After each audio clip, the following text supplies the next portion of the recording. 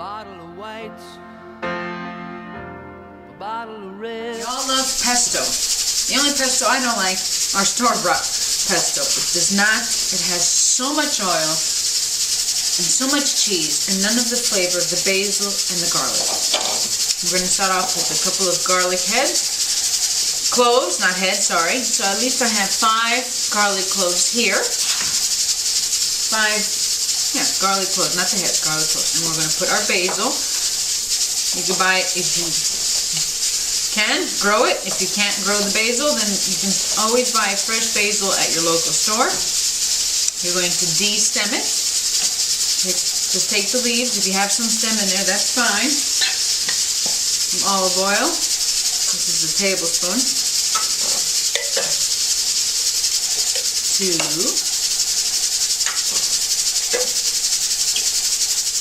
And 3. So 3 tablespoons. If you don't have a fresh lemon, use some real lemon juice. Put a little splash in there. And buy yourself some really good Italian cheese. Pecorino Reggiano. Not the Parmesan. Reggiano cheese. It's sharp. It has its own salty flavor.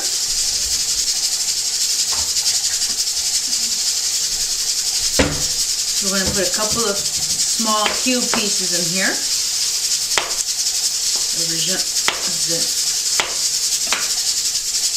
Italian cheese. It's dry. It has its own salt flavor, but always add a pinch or 2 of kosher salt.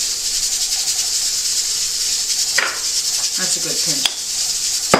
And then we're going to blend it. If you have a food processor or a hand processor.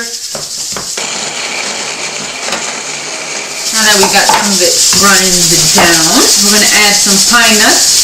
If you do not have pine nuts, you can use almonds.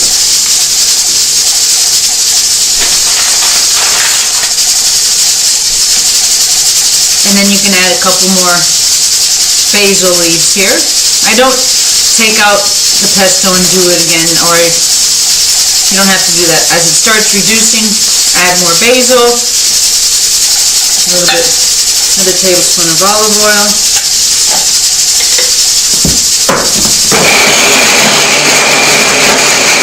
Keep on reducing and reducing until all of this great pesto. This pesto is so much better than store-bought. I've sometimes bought store-bought because I didn't have any fresh. I have times bought store-bought pesto because I didn't have any fresh at home and they didn't have any basil. But if they have basil, buy the basil, peel off the leaves from the stem, some pine nuts, a pinch of salt, add another one here, olive oil, splash of fresh lemon, half of the lemon, some lemon juice, whichever you have at home. As you see, it's reduced down here. So it's reduced down to a beautiful, chunky liquid form. I really don't get the ones in the store. They're just more oil than flavor. And I think it's probably because it's cheaper. But people think, oh, it's great. You could probably use the oil one, the ones from the store, for, I guess, using it for last minute, for your pastas or dips or whatever. But I don't recommend it. Put another piece of cheese. If you do not have Italian cheese in the block form, you can use the Parmesan cheese, the powdered form that you buy grated from the store. If you have a lot and you have a big food processor, fine, but I find it doing it in the small one, I have more control. Oh, the flavorful leaves. It is so aromatic. It is a great dish for using in your angel hair pasta. You can also put it on spreads, bruschetta bread. Great stuff. You can use pesto for anything.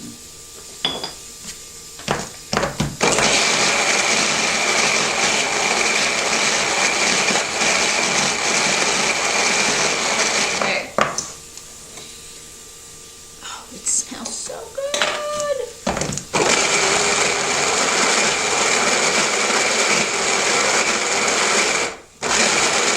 Remember, you're going to puree this in your food processor until it's nice and smooth.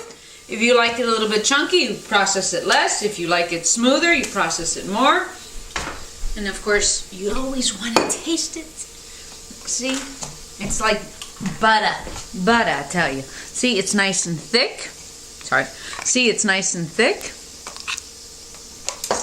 We're going to taste it on a cracker, or just for taste. Oh, yes. It is oh so good. But I think we got all the pieces. Nope, nope. There's a garlic head there. You want to take a butter knife. Make sure there's no... Yeah, I think that's garlic head. So we're going to process it. Take a butter knife just to make sure all your pieces have been chopped down. If you find that you have some garlic head or pieces of cheese that need to be pureed some more, move it up.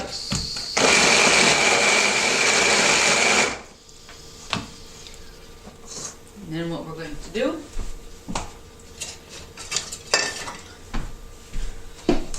you can keep pesto in the fridge. It will change color, unfortunately, just like avocados and so forth. The green will not be bright anymore, but it's not bad. It hasn't gone bad. You can use it for a long time. You keep it in the fridge. I don't know, I've kept it in the fridge for a week or so. And the color changes, but it has not gone bad. With the garlic, the salt, the lemon juice, it keeps it preserved well in the fridge. We're gonna put everything in our dish. Remember, the color of your pesto, this is a nice vibrant green, will change, unfortunately, to a darker green, but does not mean that it has gone bad. It is great for your pasta sauces, for putting it in the center of chicken, and make it a stuffed chicken.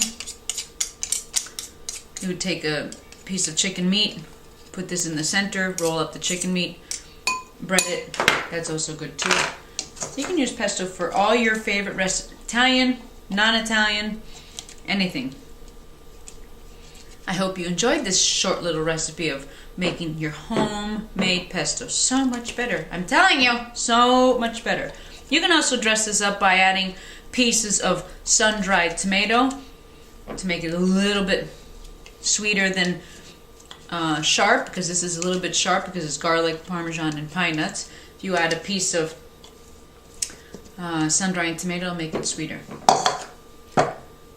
Enjoy. It is a beautiful thing. Pesto. Who knew?